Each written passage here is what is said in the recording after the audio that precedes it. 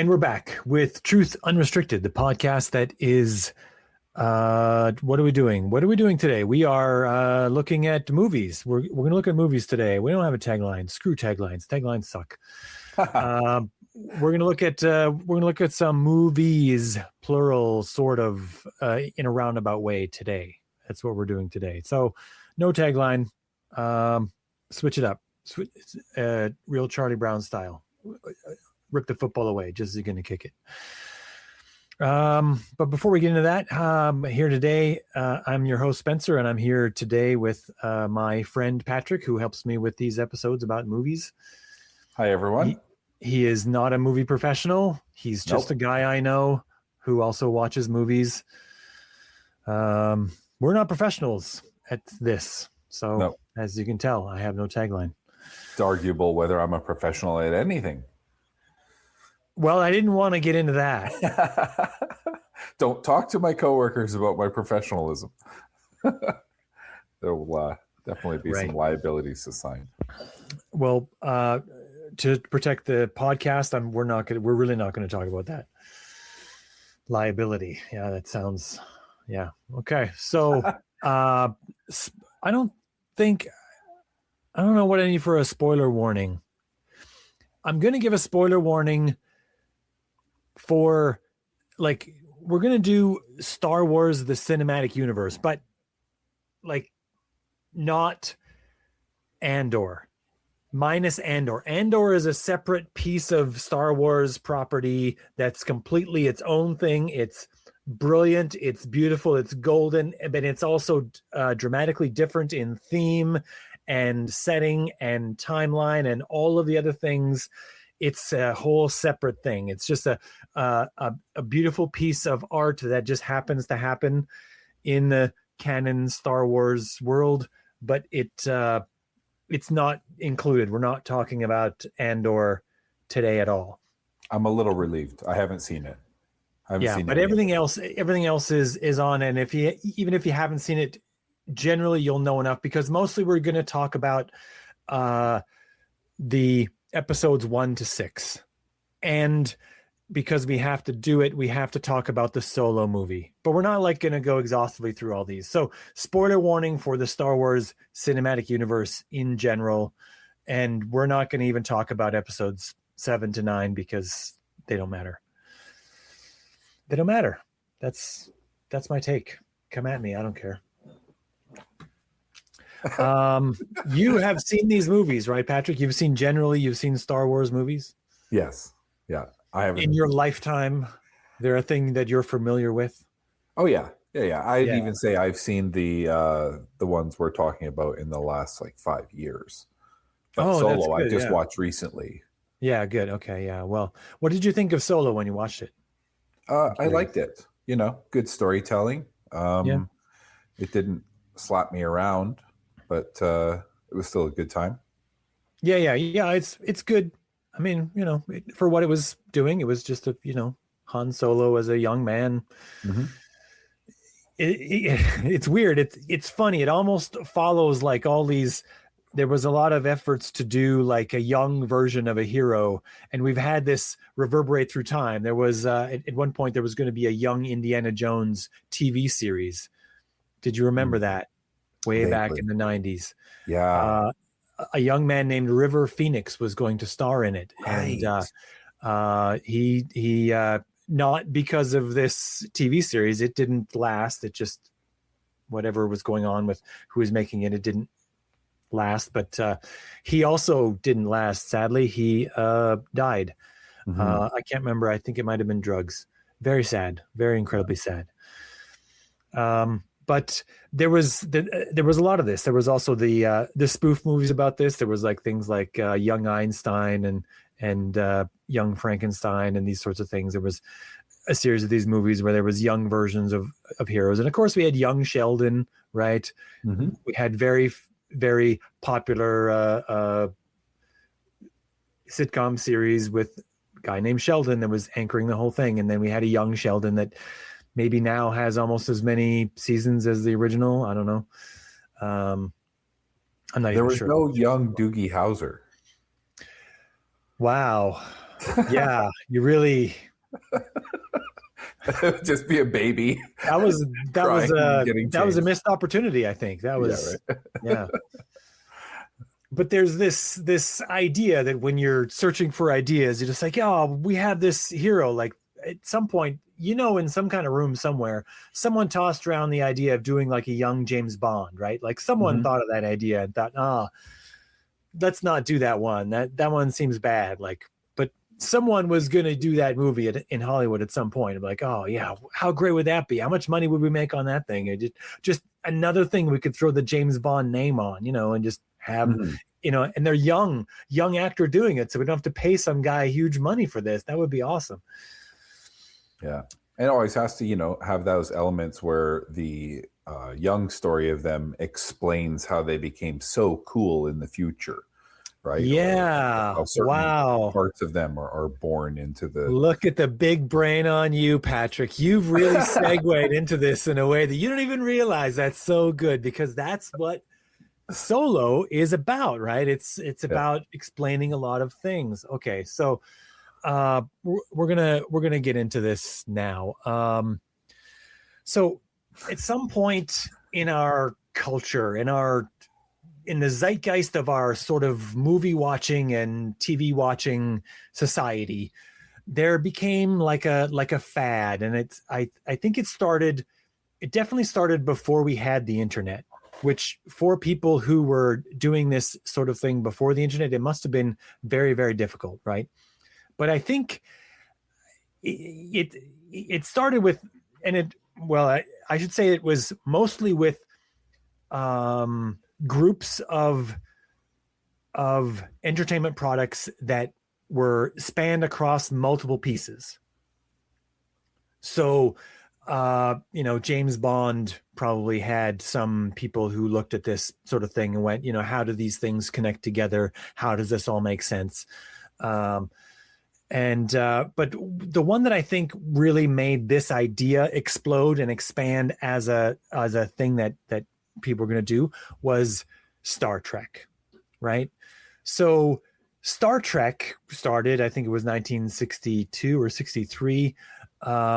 And it had its run, and it was interesting, but people started to pick this apart. They were like looking at the ways in which everything could work. And then, of course, in our generation, we had the next generation that we watched in high school. We're not going to say exactly how old we were, but we watched that show in high school, and it was great. It was brilliant. It was some of the best TV on when I was in high school. But again, we got this new wave of people interested in this thing, and we had already started this process, and it expanded with the new generation of things like technical manuals and people who would make up what the actual Klingon language was, right? From things that were said in the TV series. It would come up with an English to Klingon dictionary sort of thing, right? And be like, why? Why do you need this, right? And of course, if you're Gene Roddenberry, you know why you need it. You want to make that money, bro. Like, you're going to sell, in addition to these TV series, you're going to sell also books to like stack up the cash. Of course you will, right? But these things become like, they're not just additional ways for Gene Roddenberry to make money. They sort of become like additional pieces of explanation that add to the story, that help to enhance the suspension of disbelief, that you don't need suspension of disbelief anymore, that these are real in some strange way. I mean, they're fiction, but people liked, especially about Star Trek, like to believe that they could be real. In this way that we had all these, you and I, we're not going to mention him, but we had a mutual friend who was a big Star Trek guy. He had many of these technical manuals. He had like a bookshelf that was growing full of these things, right? And he had the English to Klingon dictionary. Yes, he had the dictionary. Which is why absolutely. I screamed "Qapla" in the face of a stranger once. Like, yes, that's real behavior taking place in our world, arising from this additional fictional element. Right. So one thing that I think about when I think about, the side industry attached to Star Trek, I think of all of those extra little bits as something like a MacGuffin factory. So, you and I both know that in Star Trek, the idea of a transporter happened because it allowed the story to be told. Like, you'd go to a planet and it allowed the story of moving from the ship to the planet to happen more cheaply and more efficiently for the storytelling. It took less time. You just pressed a button and in 5 seconds you were there, and then you just pressed a button in 5 seconds more, you were back on the ship. You didn't have to climb into a shuttlecraft and fly that shuttlecraft up, and it facilitated all the things, and it was also incredibly cheap to make. Yeah, you don't have to shoot those scenes. The effects go. Yeah, there's a whole interior of a shuttle you don't need, and there's a whole shuttle bay you don't need. I mean, there's all sorts of things that make the budget easier to do. And so this was a thing that was facilitated by the storytelling, caused them to make this imaginary technology. But then someone said, how does this really work?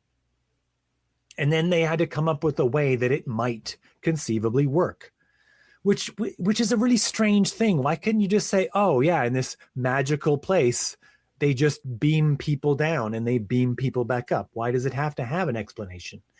But someone did. They came up with this stuff. And of course, all of the additional things that come with all of that get explained too, including how they maintain the ship. There's a thing called Jeffries tubes, and they climb in them. And then because someone put that in a technical manual, someone else said, oh, what we can do in Star Trek Next Generation? We can include these in one of the plots that we have for the show. A person can go into a Jeffries tube and escape the prying eye of people looking for them or whatever.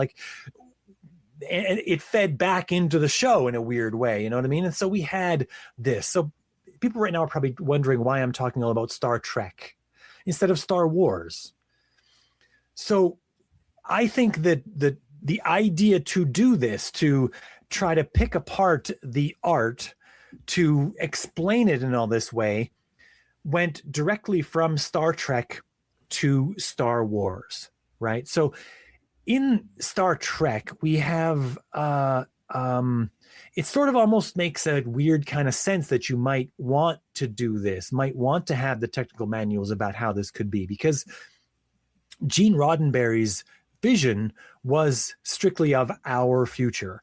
This was a future that he thought humanity could eventually reach if we were able to give up our capitalist pursuits and stop just being money grubbing and having all this disparity in wealth, and if we really pooled our things together, we could become this utopian future in which we go into the galaxy and kill aliens, right?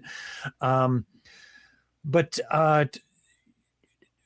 exactly drawing in all the details, it's sort of it almost makes it have less heart. It takes away, it shines the light away from the purpose of his vision, and away in sort of making it look to the way to get this done wouldn't be to make a decision to stop capitalism. It would be almost like a decision to build a transporter instead, right? Like I think more people have tried to build a transporter than have tried to end capitalism in a meaningful way, right?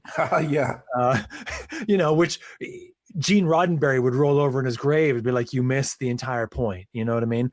But this idea gets in the zeitgeist really strongly with Star Trek. And then we get Star Wars, which is oddly like Star Trek. I mean, I think George Lucas, when he makes Star Wars, he has to do something specifically that he has no choice but to do like Star Trek did them. But he has to do them specifically differently because he doesn't want to get sued by Gene Roddenberry or whoever owns the rights to the TV show or whatever, right? Paramount or whoever owned it. I don't know who, CBS or whoever. So, Star Trek has a warp drive. And so, but you need to get from planet to planet, right? So you're George Lucas, and you're like, well, how do you get, you're going to have multiple planets, you're going to move between them, how do you get from planet to planet? Can't call it a warp drive. Well, it's hyperspace. You know what? Hyperspace drives. It doesn't matter. It's hyperspace. It's a different word. It's essentially doing the same thing, whatever. It's just, you need to get from star to star. Like, it's fine. So, all right. But we see what's already happening here is that Star Wars comes out, and people have already had some time where they're building this sort of side industry on the side of Star Trek. And then they see Star Wars, and it's incredibly popular, more so than most of the other star related movies and TV shows that ever happen around that time. And people start doing this same thing that was happening with Star Trek to Star Wars. Well, how does the hyperdrive work? How does hyperspace work? How does all this thing? But of course, George Lucas, I think he didn't really care about that. For George Lucas, again, it wasn't the point, right? It was fantasy in space. I mean, he these strange wanted us to take it for granted the same way we saw the characters taking it for granted. Yeah, of course they did, because how that worked wasn't the point. It was, there's a way for you to get planet to planet. All right. There's a way. Like, just accept that there's a way, and then we move on, because what happens when we get there is the real thing you're going to want to see. Right.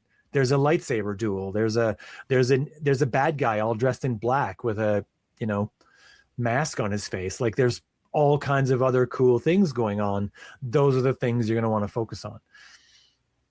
But of course, in the way that he's making the movie, again, the same thing with Star Trek and the transporter. He has the Millennium Falcon. It has to leave Tatooine, and it has to go, but he needs this moment of tension where they might not escape. There's a spacecraft chasing them. They're going to be pursued, right? There's things firing at them, and they have to shoot back, and it's a space battle, right? So he needs to, okay, well, there's some reason why that they are delayed. They can't leave right now. They have to leave in 3 minutes from now. So we need some explanation, some MacGuffin, some explanatory thing that allows us to leave in 3 minutes, but not right now. Oh, you know what? We have to calculate the route. Okay, calculate the route, right? Okay. So that's how the hyperspace works. They're going to calculate a route, and then you hit a go, and then you're off and you're zooming through space. Okay, that's great. Well, then do you get there instantly? Well, we check the script and we find out, oh, you know what? We need some time, because our main hero, Luke, he needs to go on a training montage. He needs some time to learn some of the Force, and we need some character moments. Han Solo has to do a big grin as he's just, says that he, trusts his blaster more than some old religion. And we need these character moments. We need to know that Chewbacca is really good at a game that looks a lot like chess, and he's also incredibly strong and could rip people's arms off or whatever. Like, we need those moments. So transit dialogue. Yeah. Hyperspace can't just get you there instantly, because we would miss all these character moments, right? And, like, for the purpose of the thing, he could have just folded space and been there instantly, right? Except that he needs that time in his movie to tell this other part of the story. So, you know what?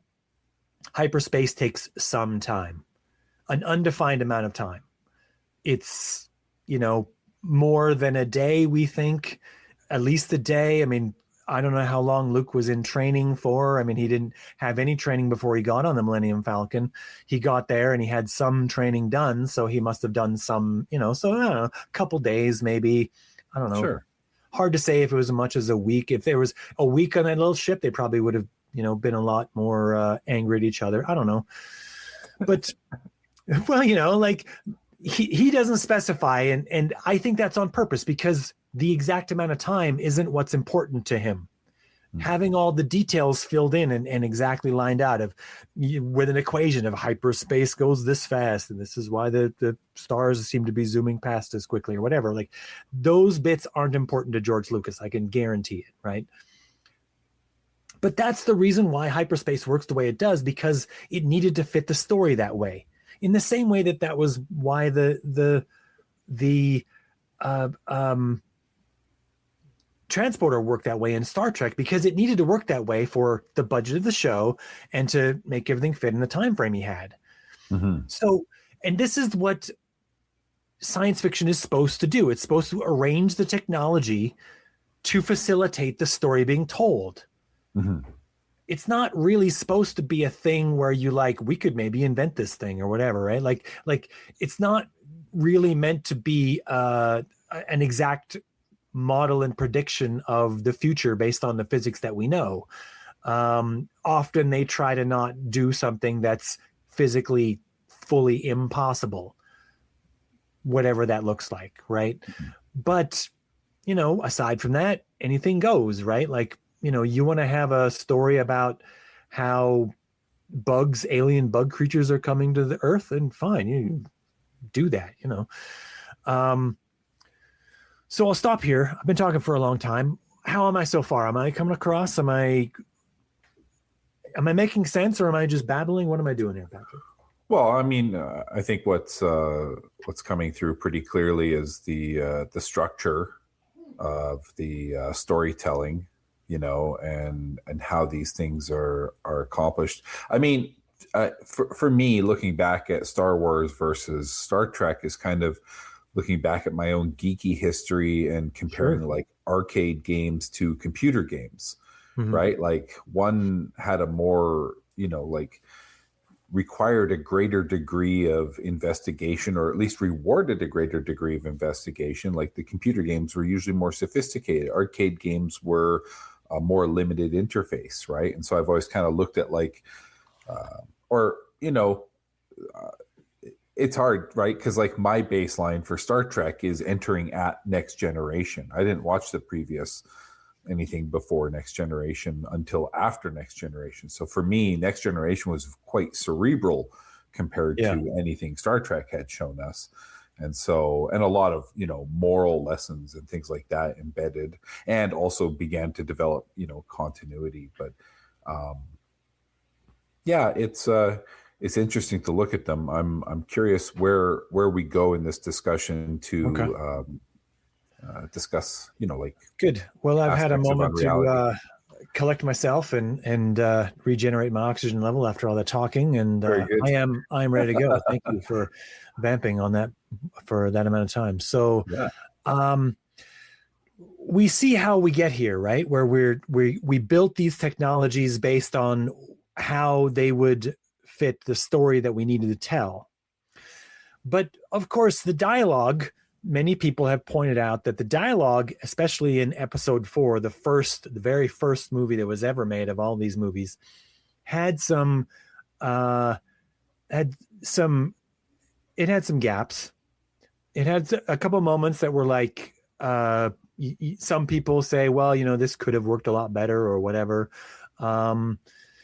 And I think we should just move past those, because those aren't the things that we're really there for. Like George Lucas had to do most of this on his own. He did all the dialogue himself, and he had to try to direct the movie. And I think he might've produced that one too. I don't know. Like he was doing most of the things, wearing a lot of hats. And there was a couple. What are the gaps? Like, are these like inconsistencies in the video or the story? Or? In the dialogue. So, there's one particular line that I'm going to mention next. Okay. It's a famous line that was said in the Millennium Falcon by Han Solo, just as they're taking off and getting ready to leave Tatooine. I think that Luke says, we can't go in this ship. It's a hunk of junk. And Han Solo says, hey, this is the ship that made the Kessel Run in less than 12 parsecs. So the Kessel Run, we don't know what that is. No one knows what that is. It's just it's a thing that Han Solo thinks other people should know. Right. So it's a run. It's a run. We think some sort of travel with a start and a destination, route maybe, or whatever. But a parsec is not a unit of time. Like we think of moving through a route as like, you ran a marathon in a certain amount of time or whatever. You made the route from you drove from New York to LA in a certain number of days or whatever it took. You know what I mean? Like you did it in some length of time, and this made it an impressive feat to have done. That's our most common reference for it. Yeah, but a parsec is not a unit of time. Yeah. It's a unit of distance. So it didn't, like this is a thing that has been noted. I didn't find any footage of him mentioning this, but this is a thing has been noted by many people for decades, is that, parsec's not a unit of time. But of course, in the Solo movie, we have, this is no longer George Lucas in charge, but we have Disney working this into the plot of the Solo movie. Is the Kessel Run occurs, and it happens in less than 12 parsecs. And they have some arcane explanation as to how this goes, and they plan a different route through these insane moving black holes and whatnot that, okay. All right. But what we just did when we did that was retroactive continuity, right?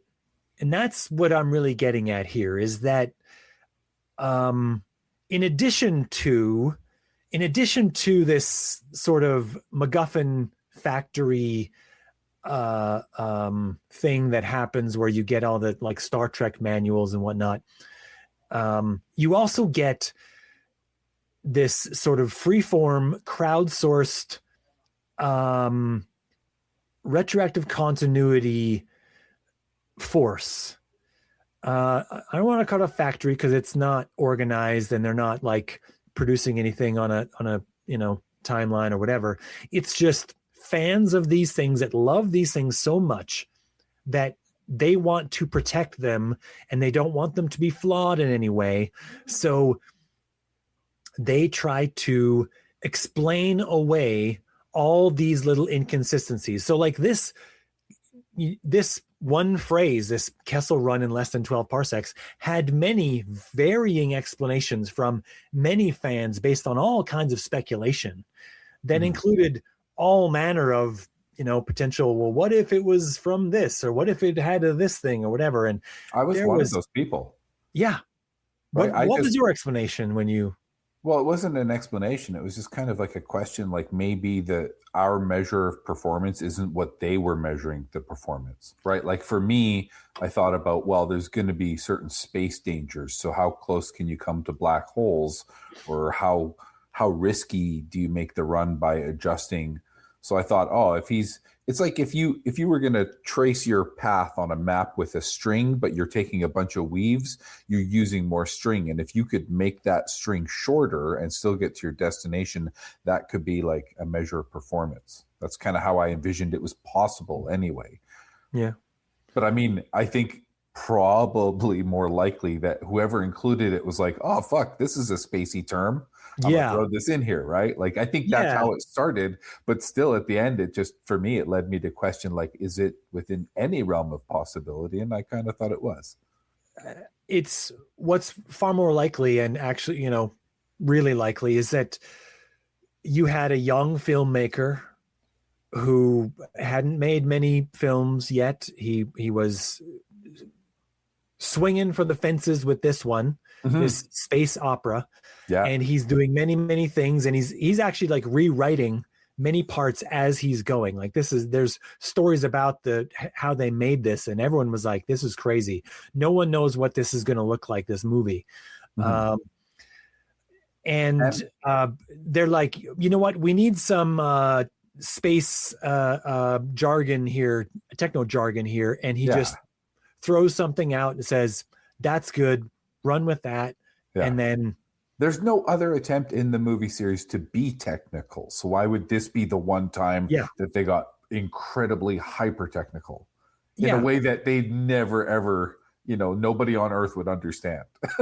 Yeah, because it just needs to be something. It's like when you throw technical jargon like this out in this way, it's meant to be something we don't understand. Yeah. Like, and Harrison Ford pulls off this line perfectly because we like, when I listen to it anyway, I get what he's going for. He's like, screw you, my ship is good. That's what he's really saying. Yeah. But he doesn't say those words. He says, this is the ship that made the Kessel run in less than 12 parsecs. Yeah. It's meant to be impressive. Yes, it did this impressive thing however long ago or whatever it was. This ship is good. Trust me, bro. Yeah. Right. Yeah. And he says it the right way so that we get that. Like, there's a way that you could deliver that line. Some other actor might have got the role, deliver that line wrong, and we wouldn't understand that this is meant to be, screw you, my ship actually is good. It would have felt like something else. But because Harrison Ford is who he is, we understood what he meant. I wonder if, like, when those movies were first airing, there was like some astrophysicist in the theater, and that line's on the screen. He's like, "What?" Throws his popcorn in there. This is nonsense, and everyone's like, "I think that's Take kind it easy, of bro." That's the test of the gap too, right? Like, is how much does it alienate the audience from the story? Yeah, like I say, this sort of techno jargon, there's all kinds of other little bits of it in this sort of scene where they're talking about or not just the scene, but this movie, they're talking about the droids. There's a bad motivator or whatever. Like, what's a motivator? Is it a motor? It's a motivator. It causes droid, something else to go. There's a little tiny robot inside going, "You could do it." Yeah. So it's just a word that they have for some piece of machinery that helps the droid do what a droid does, and it's not meant to be a thing that you could draw a technical diagram of. It's just meant to be part of the magic of the universe, in which droids actually are creatures that are almost like real thinking creatures. Maybe even are real thinking creatures. We don't really know. But that's the point of it. It's supposed to be something you don't know, rather than something that you can listen to and pick apart and know. So even doing the exercise of picking it apart to know how it works and how it fits with the physics of how you'd move across the galaxy or whatever, also sort of drains the art of its point and its purpose. It's supposed to feel magical. It's not supposed to feel technical. Technical usually brings things into full knowledge, like a schematic. But there's nothing magical about a schematic unless you don't understand anything that's there. Right. Yeah. So this whole process of doing all this retroactive continuity on all of these things, that sort of rips away at the art, but it also does another thing. And this is sort of the bigger point I'm working towards here. Okay. In my longish way, is that in doing this, I could have just done this with Star Trek, but I think it's more telling when this happens with Star Wars, because it happens a long time ago in a galaxy far, far away. It's not meant to be our future. It's not meant to be a thing we are doing or whatever. It includes humans in the world just because we have humans acting on set, and it costs less than to have a race of mouse beings or whatever that the humans dress up as, like a Planet of the Apes style or something, that are that race that takes the place of humans, right? It's just we identify more with them when they look like us because we're selfish social creatures. But so in that way, it also doesn't make sense that there'd be humans in another galaxy far, far away. That also, by everything we know about science, that wouldn't make any sense. But that's the thing we're supposed to put aside. That's the suspension of disbelief we're supposed to put into this, to say, yeah, it doesn't matter. It's just about telling this magical tale of, the Force and overcoming, light overcoming darkness. And that's the real point. Yeah, we accept it. yeah, just get over yourself already. It doesn't matter that humans would have evolved and changed in some form between then and now if this was blah blah blah blah blah.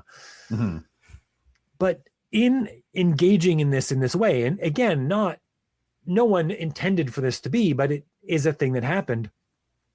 We have been slowly building up our ability to retroactively reinterpret previously seen things in order to make them not just make more sense, but to make them a thing that isn't a thing that makes less sense, if that makes sense. So it's because we have moments like this where Han Solo threw out a line that appears to not make any sense, we almost feel that in order for the movie that we love to not have this sort of like weird hole that we have to step over every time we watch it, it'd almost be great if this just had a full explanation of why he said this. And so that's why the retroactive continuity happens. That's why it gets thrown into the Solo movie, right? Mm-hmm.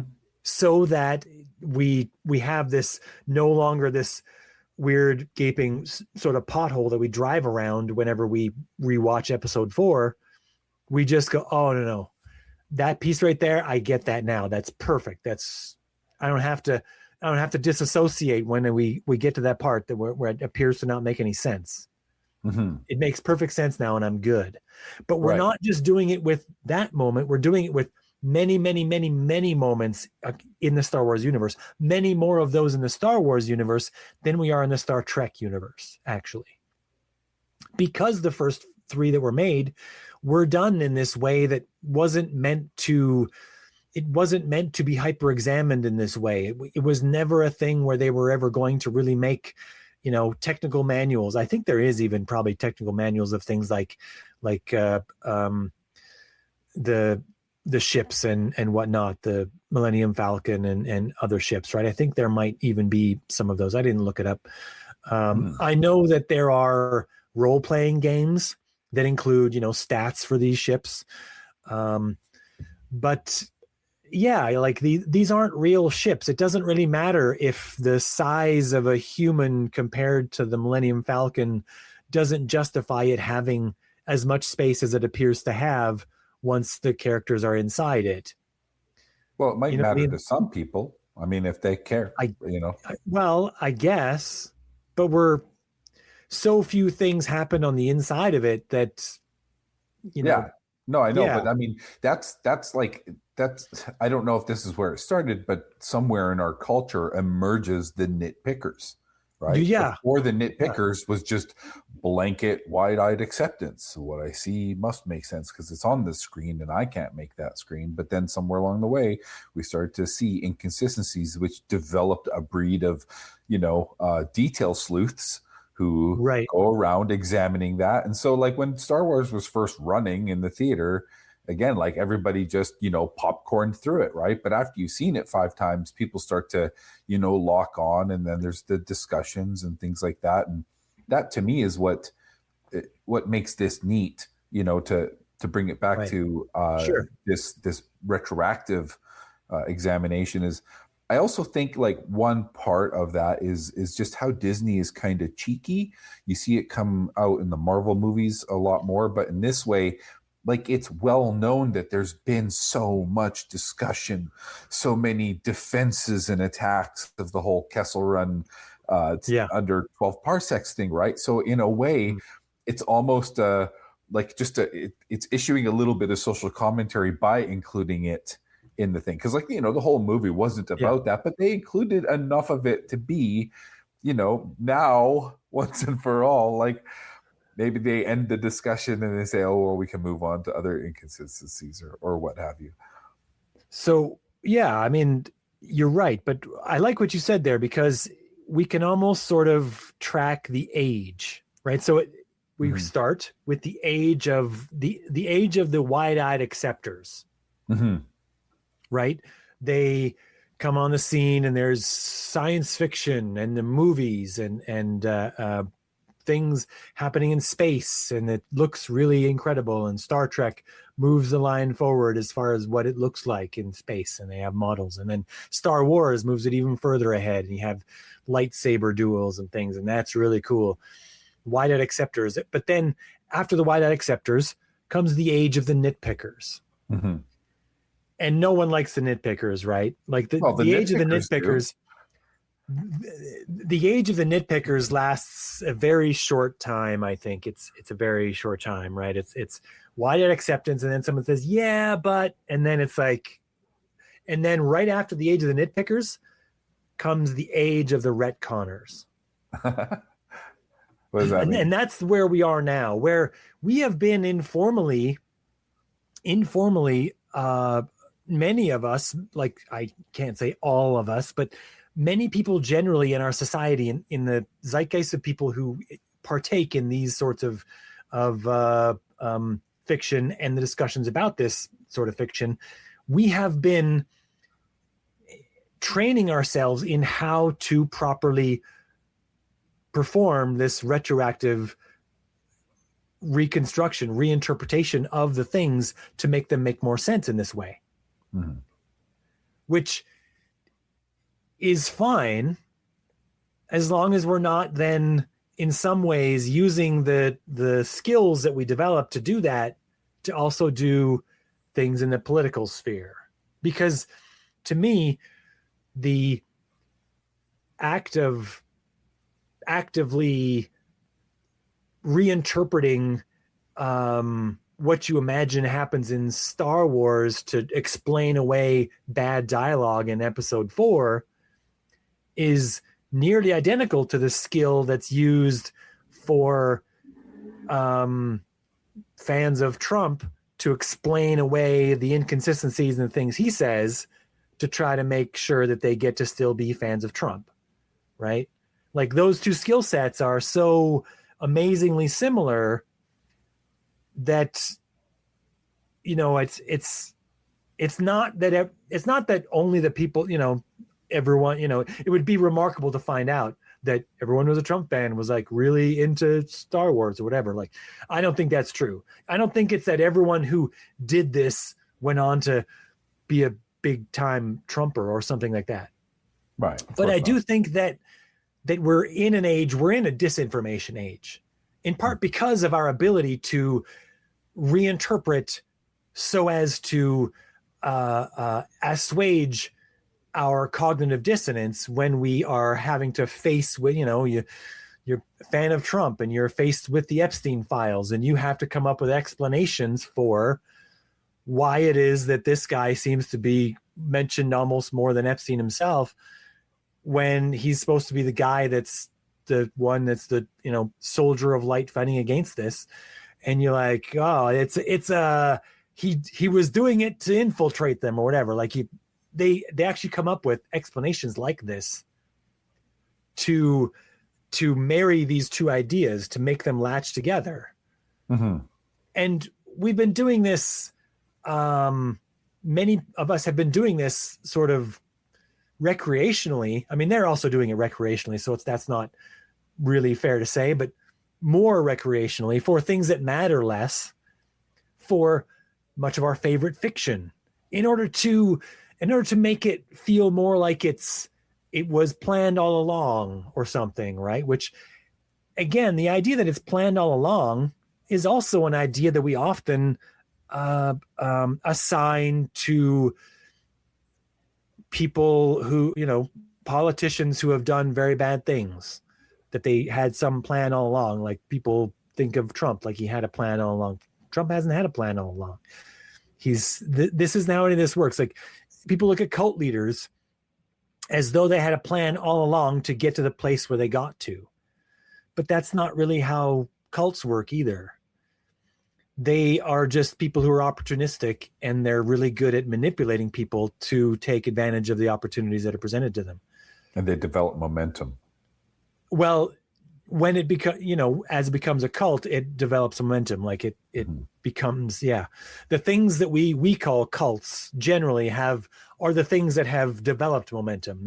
You must imagine in any garden where you have, say, 10 tomato plants, you might have planted 100 seeds, but you only got 10 tomato plants.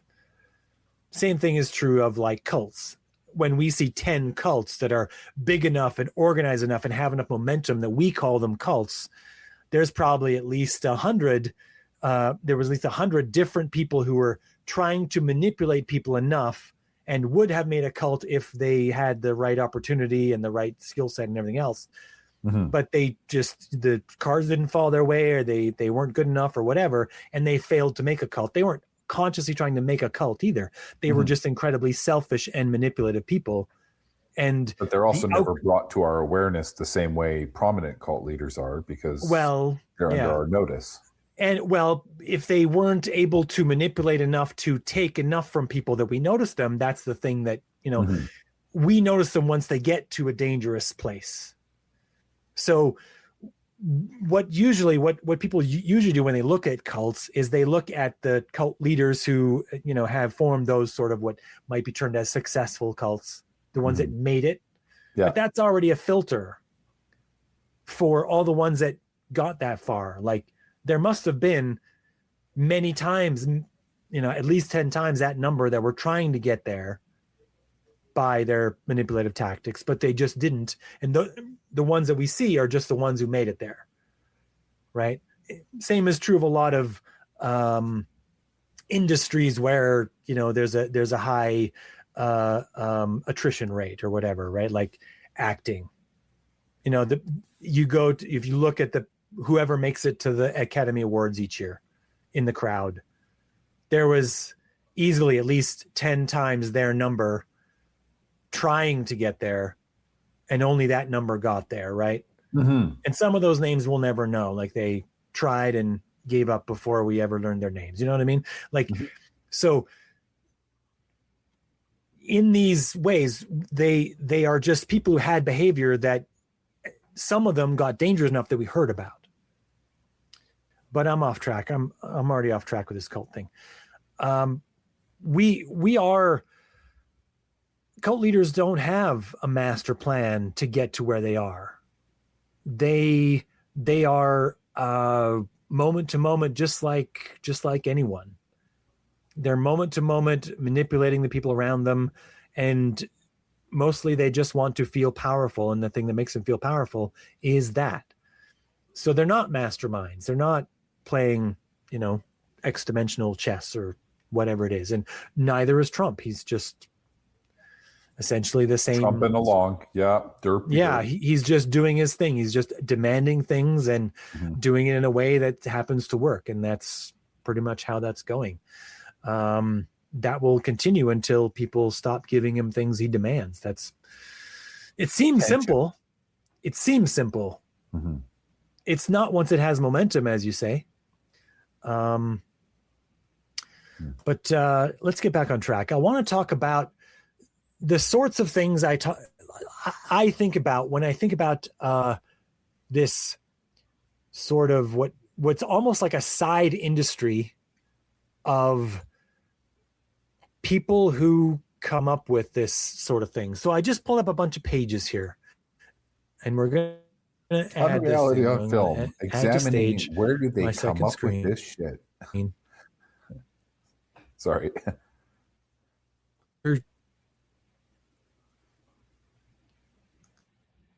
Oh, is this going to work? Okay.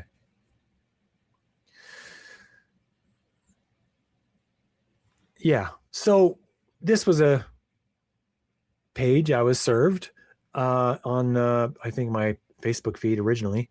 But it's just plot holes from the prequel movies, episodes 1 to 3. And for each of these individual points will have posts, and they'll have Reddit posts, and they'll have endless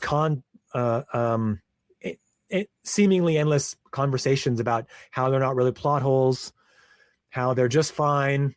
This is explained away because of something, that some other detail that they'll link it up with or whatever. This is just one article. It has 15 things here. how things that don't appear to make sense in the prequel movies. This is the people who make these lists are the nitpickers, as you say, and then the people who comment to explain them away are the retconners.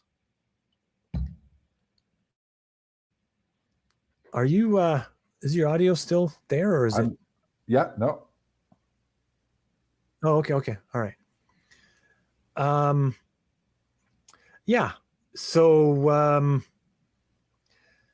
these individually seem. I mean, I don't know. Like I don't usually read these. I don't care enough to read the nitpickers, but here's another one. This is a page. Every time it says makes Jar Jar look good. Like, what is that? Yeah. For some reason that's like the ranking the bottom of a thing. I don't know why that's there. I think that might be a username, and that's a person that. Yeah. So these are individual lists. I think these are all fan theory. Why is Rogue One actually a horror movie instead of the real thing? I mean, people are reinterpreting Star Wars things, and this is one of the ones that's really interesting. A fan theory on Reddit has people convinced Jar Jar Binks was the greatest Sith Lord of all time. So people are doing this where they're taking this and they're making their own fan fiction from it. They're posting about it on Reddit. They're saying, no, check this out. If you look at it from this angle, it looks entirely different like this. And we're getting, we are training people building this reinterpretation software inside their brain so that they can do things like this. But that same software also helps them do other things that, when applied to really important stuff like politics and the news and reality, can help them just break reality for themselves. Mm-hmm. You know what I mean? Mm-hmm. Yeah. So for some reason, my computer doesn't like this. I'm going to remove that. But what do you think? What do you think of my take on this? That we're building our reinterpretation software, and in some cases, that is lending strength to help our downward slide into unreality. Well, my position, I think, is that being able to reinterpret our past in the light of new evidence can be really powerful to bring us closer to the truth, but it's always going to come down to what is the quality of that evidence. What is the quality of our examination, right? Like if we have a biased examination, we're trying to use it to paint a certain thing, then are we being really, scientifically receptive to evidence, or are we just, cherry picking, right? Because like some of the reinterpretations that we've had have been, I'd argue, very, very socially useful. If you look at, us re-examining how we came to appropriate the lands of North America, or to be able to re-examine with new evidence the presence of graves in residential schools and whatnot. These have allowed us to get real about some of the things that perhaps we were just kind of not giving the proper look at to come to terms with who we really are and how we really got here. So I would just argue that, like, sure. The question just boils down to what is the actual quality of the process, and what is the intent of the person executing that process. So when we get new evidence and we re-examine it, this is the province, generally speaking, of skeptical inquiry, to not just believe everything, even the things that we previously came to believe were true, being able to set aside the things that you previously believed in order to take on new evidence and examine both the things that you previously believe and the new evidence critically. That's skeptical inquiry in general, right? Mm-hmm. And it is important to not just have wide-eyed acceptance for the stories that we were previously told, the things that we previously thought were true, the story that our ancestors told themselves and passed down to us as what they claimed was our history, being able to re-examine that history with new evidence. But in this case, I will point out that this isn't a case of where you're looking at new evidence for things. Mm-hmm. Wait, you mean in the Solo movie? The Solo movie, this is a fictional universe, Patrick. I don't know if you knew that. Yeah. This isn't a historical document.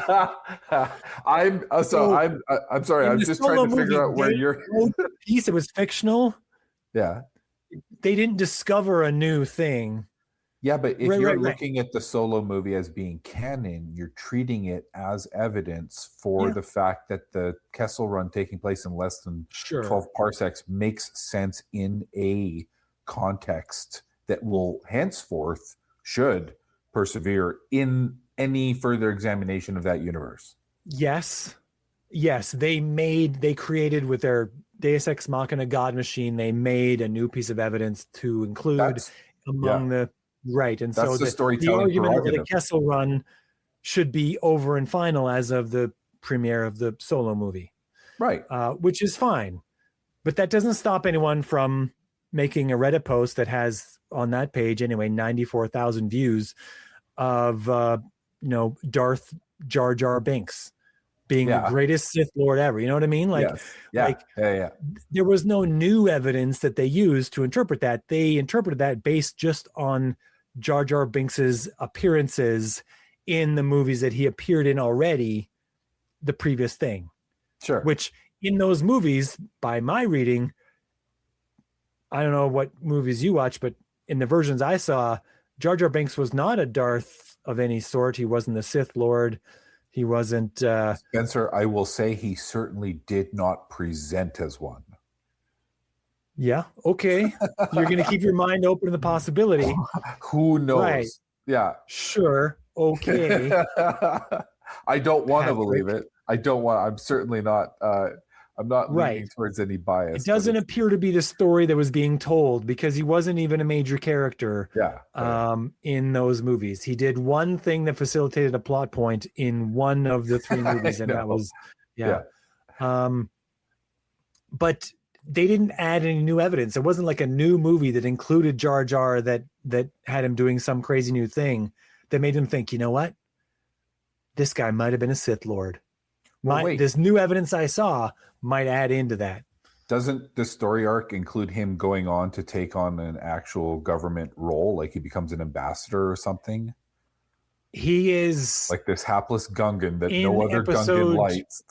2 and 3, he is the that's the plot point that he facilitates, is that he is the whatever the title is, Amidala is the Queen of Naboo, and she is the representative from the planet. He is the whatever would be vice representative. He would be the second representative. So she's gone and she's not available.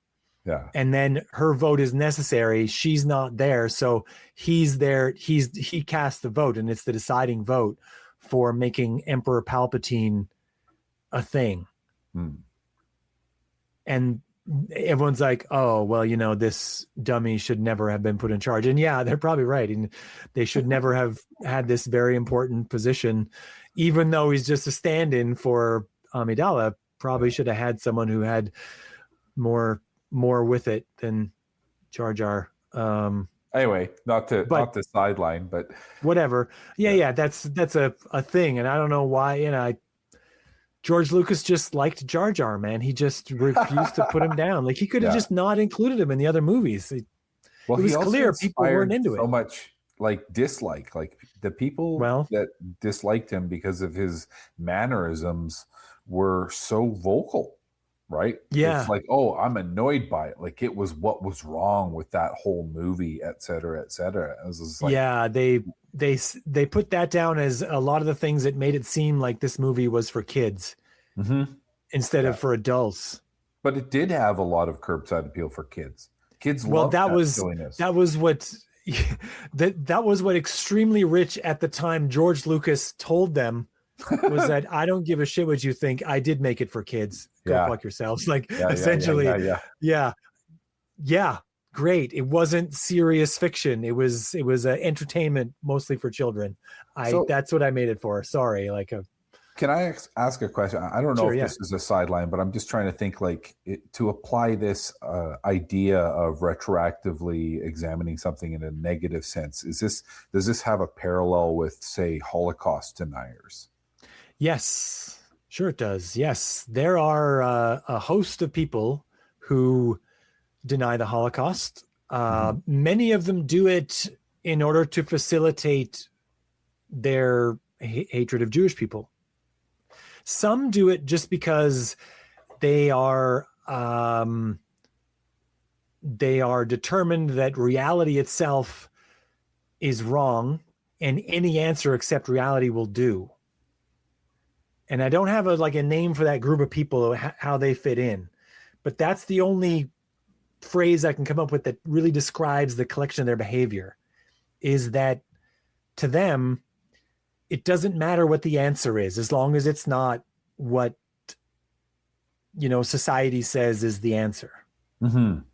It's much more of Everything is a lie. like chaos counterculture information warfare thing.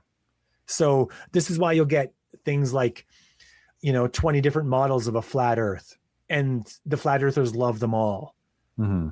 And they each one should debunk each of the other ones, but they don't care. Any answer except reality will do. And the same thing is true for a lot of people who engage in anti-vax stuff. I mean, they don't like the, some people do it because they don't really want to take vaccines. Some of them do it because they like the idea that, the medical establishment has been lying to everyone and trying to kill everyone for years. Whatever sense that makes, it doesn't make any sense, but it's a thing that some people will say. But most of the things that they say won't make sense even when just compared with each other. They don't have a cohesive worldview. Mm-hmm. Like it's not even something that you're trying to compare to reality and say it doesn't work. It doesn't work, just the set of lies that they tell themselves. But what does explain it is the idea that to them, the only thing that matters is that it's not reality. Interesting. You're a big Douglas Adams fan, right? Mm-hmm. Yeah. In the third book, we talked about the two modes of travel in Star Trek and Star Wars, so it makes sense that I should talk about a mode of travel that happened in The Hitchhiker's Guide to the Galaxy. There's warp drive in Star Trek. There's hyperspace drive in Star Wars.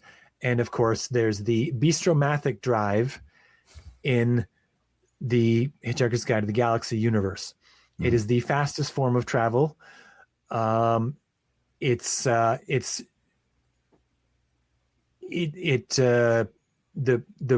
way in which it works is, of course, just comical and fictional, of course, mm-hmm. but it relies on a specific mathematical principle known as the reciprivers exclusion.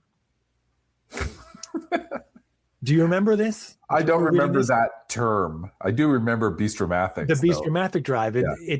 While you're flying, you have to mimic the actions of being in an Italian bistro, because in an Italian bistro, it turns out, according to Douglas Adams, that every number has a value that can be anything except that which it is defined to be. And once you step into this Italian bistro mode, you can then just make it up as you go along. You can just go any speed, and it can be, you get there in any amount of time, and all the numbers don't matter anymore. And of course, he has this incredibly comedic explanation about the the number of Figuring out who people, pays for what. Yeah. the number of people who show up is not the same as the number of people that the reservation was made for, and then Yeah. it's not the same as the number of people who are there at the end of the meal, and the number of meals on your order is different than the number of meals that you actually ordered, and all the different things, right? Yeah. But that was his term. It's a also Somehow hilariously out of long that emerges. portmanteau of reciprocal reverse exclusion, and but this is the term I bring up in this aspect, because in his bistromatic drive he was saying it's any value except the real value. Mm-hmm. And that's sort of where some of these people are. Any answer except reality will do. And I and they work all kinds of additional reinterpretations of things just to warp it from reality to like this other place. Mm-hmm. I think, some of that is, well, there's two outcomes, or it's the same outcome, but it's two different paths. Like one outcome is just severely weak reasoning. The other outcome is like some sort of, like there could be mental conditions which cause people to not be able to apprehend or make the relationships between causal factors and effects and things like that. So, or hallucinate or delude, because of just the presence of illness even, Sure. But in many cases, they know where reality is in order to avoid it. Yes. I think, yes. I mean, it's hard to say if they consciously apprehend it or if their entire, like how their minds work might be just to avoid any notice of it. Like in their mind, they just have hands. Oh, are we working toward another Hitchhiker's Guide to the Galaxy reference here? Someone else's problem? Yeah. Yeah. Kind of, and I think there is an analog in society where people have that. Like we just generally regard it as apathy, right? But apathy has different degrees, and apathy. Oh, this is definitely not in the category of apathy. They have much more energy than the apathetic about these topics. Yeah. They won't shut up about them. Well, I mean, I just generally regard like the byline of apathy is that it's somebody else's problem. Right? Yeah. Right. That is true. But like I say, apathy can't apply because in some cases they seem almost incapable of not talking about it. No, granted. Yes. Yeah. So, yeah. Anyway, we should probably wrap this up. We've been over an hour. Yeah. Yeah. So was this fun for you to just kind of do this examination of how we look at Star Wars in this context, in this way? Yeah, I had a good time. How about you? Yeah, it was good. So if anyone has any questions, comments, complaints, concerns about anything they heard on this podcast, you want to get really angry with me about how I won't accept that Jar Jar Binks is a Sith Lord or whatever, you can send that email to truthunrestricted@gmail.com. I promise to read it. I won't necessarily respond, but I mean, if it's fun, I might. I'm still getting a lot of emails from people who want to convince me to let them on the podcast for something, but they seem like they're really automated emails. It's weird. They say specific things that I say. They're like, I really like a thing that you said, but the rest of the email is like, feels like a form letter. And I'm like, yeah, I don't think I should respond to that. That seems like a robot to me. I don't know. But yeah, with that, I think we'll sign off. So thanks for helping me out with this one, Patrick. Yeah. Thank you for having me. Have a good night. Till next time. Yeah. So we're not really done. We need to tell people what movie we're doing next, Patrick. I think we should do Her. It's as movies go, this would make it probably the newest movie that most recent movie on Mhm. the list of movies that we've done so far, or might even ever do. I don't know. Mhm. From 2013, starring Joaquin Phoenix, brother of River Phoenix that was mentioned earlier. Mhm. And yeah, we can do Her. I think it's a very good movie, and I think it's got good content for this, for an examination for how it relates to this. Yeah. And It's also very contemporary. Like, it's an important movie in terms of the discussions that yeah, oh yeah, it gives rise to. definitely. Yeah. So with that, we'll sign off again. So This time for sure. till next time. See ya.